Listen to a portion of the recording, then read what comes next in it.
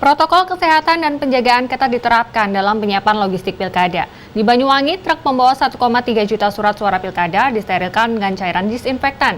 Di sejumlah daerah, pengamanan gudang logistik pilkada melibatkan penjagaan personel TNI Polri bersenjata.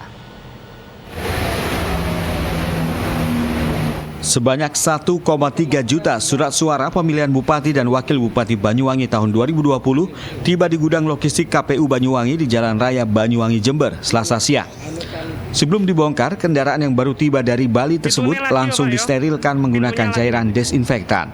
Ketua KPU Banyuwangi membenarkan pihaknya memberlakukan protokol kesehatan ketat, mulai dari kedatangan logistik hingga terhadap petugas yang ada di gudang logistik.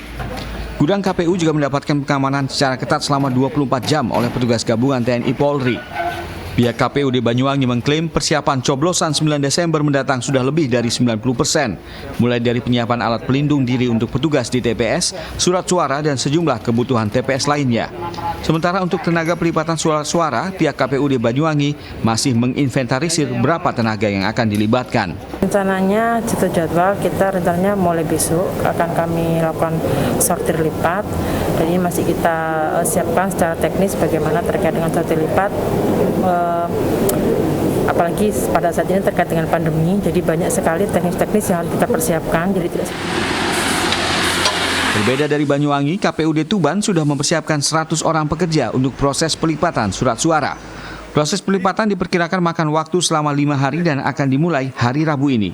Kebutuhan surat suara dan logistik pemilihan Bupati dan Wakil Bupati Tuban sejauh ini diklaim telah terpenuhi 90%. Gudang logistik Komisi Pemilihan Umum Kabupaten Tuban di Jalan Manunggal Selatan juga dijaga ketat oleh petugas gabungan TNI Polri bersama Bawaslu setempat. Tak seorang pun diperbolehkan mendekati tumpukan surat suara kecuali petugas. Kebutuhan TPS itu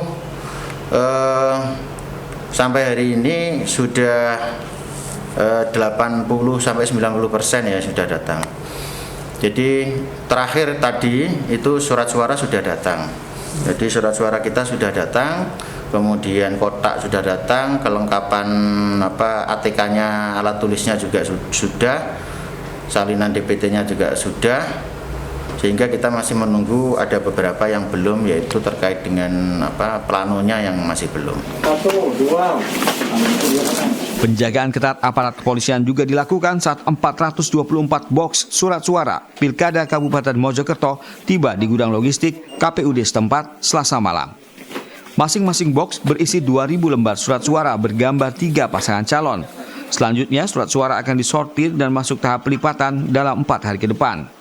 Sebelum kemudian didistribusikan ke masing-masing PPK di 18 kecamatan di seluruh Kabupaten Mojokerto.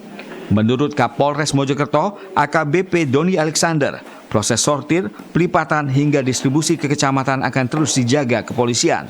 Setiap hari gudang logistik satu pintu ini juga akan dijaga 6 personel kepolisian selama 24 jam penuh. Tim Liputan.